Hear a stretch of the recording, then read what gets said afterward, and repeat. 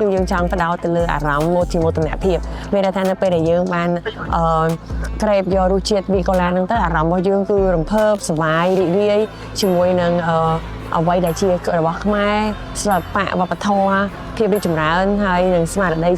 ជាខ្មែរតែមួយអញ្ចឹងយើង capture ហ្នឹងធ្វើជាគេហៅថាជារបៀបលក្ខណៈកំសាន្តនៅឯតាមដងទន្លេ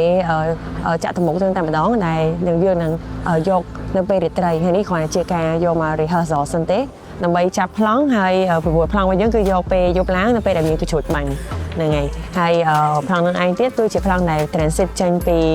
ពិភពលោកនិមិត្តមួយមកដល់ពេលបច្ចុប្បន្ននៃការដែលជាទស្សនវិជ្ជាសង្គមរបស់យើងអញ្ចឹងណា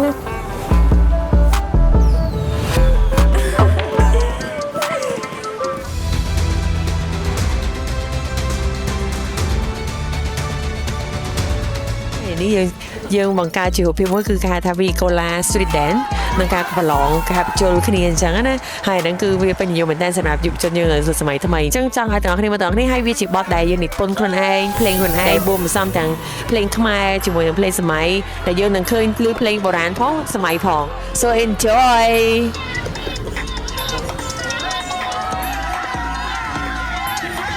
ថ្ងៃនោះពួកខ្ញុំពិតជាមានអារម្មណ៍ថាសប្បាយរីករាយរំភើបមែនទែនដោយសារតែ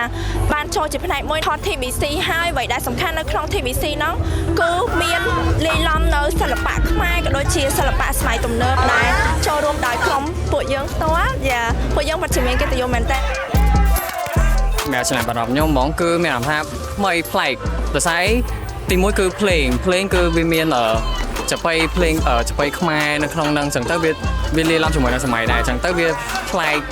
ថ្មីអញ្ចឹងណាហើយបន្តមកទៀត product ហ្នឹងគឺជា product របស់កូនខ្មែរហ្មងអញ្ចឹងទៅវាសម្រាប់ខ្ញុំហ្មងគឺពិតជា good មែនតើហើយខ្ញុំក៏ proud ពី product របស់ខ្មែរដែរ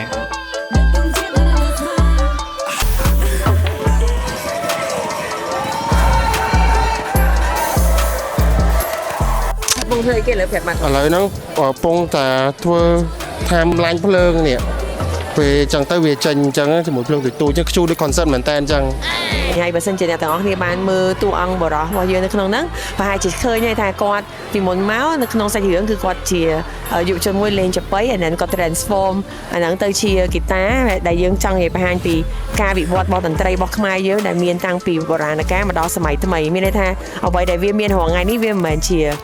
ការបង្កើតថ្មីគឺមានន័យថាយើងមានមូលដ្ឋានគ្រឹះមានការចងចាំយើងមានអត្តសញ្ញាណយើងមកហើយស្រាប់ហើយមានអារម្មណ៍ថារំភើបដោយសារនេះជាលើកទី1ដែលខ្ញុំថត sport ហើយក៏បានតែងឈប់បុរាណបែបនេះមករួមដើម្បីថតក្នុង sport ផលិតផលខ្មែរផនវៈមានច្រើនថា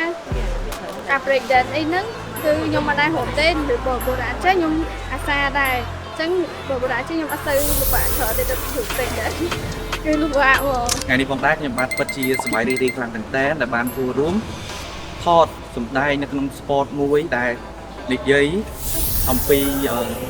បុរាណកាលហើយនិងសម័យបច្ចុប្បន្នរួមបញ្ចូលគ្នាសម្រាប់ការងារនេះផងដែរមានការហាត់បន្តិចបន្តួចព្រោះយើងត្រូវថត detail ច្រើនដងក៏ប៉ុន្តែ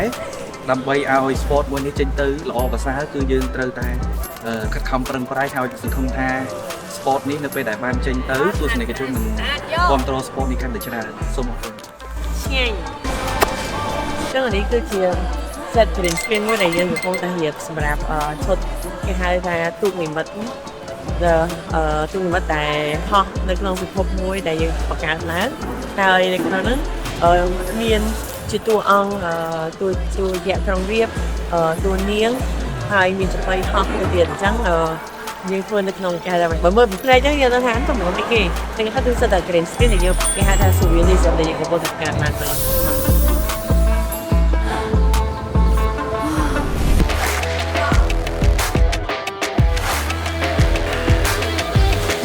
សម្រាប់ខ្ញុំមកមានអារម្មណ៍ថាយ៉ាងភ័យដែរដោយសារតែខានថតយូរហើយនិយាយមកហើយជាលើកទី2ទេអញ្ចឹងវាអញមានថាការសម្ដែងហ្នឹងវាអត់សូវល្អឥតខ្ចោះទេតែក៏ខំប្រឹង improve ខ្លួនឯងឲ្យល្អជាងមុនដែរ project Vicola នេះគឺល្អខ្លាំងពួកណាមួយជា brand កូនខ្មែរផងហើយណាមួយក្នុង TBC នេះក៏មានបុករួមជាមួយនឹងសិល្បៈខ្មែរដែរជាពិសេសគឺចំបៃដងវែងយើងអ្នកនរគ្នាអាចតាមដាននៅក្នុង project Vicola បានសម្រាប់រសជាតិ Vicola វិញពេលដែលយើងញ៉ាំចូលទៅធ្វើឲ្យយើងមានអារម្មណ៍ស្រស់ស្រាយសប្បាយចិត្តជាពិសេសចាក់ដល់បេះដូងហ្មង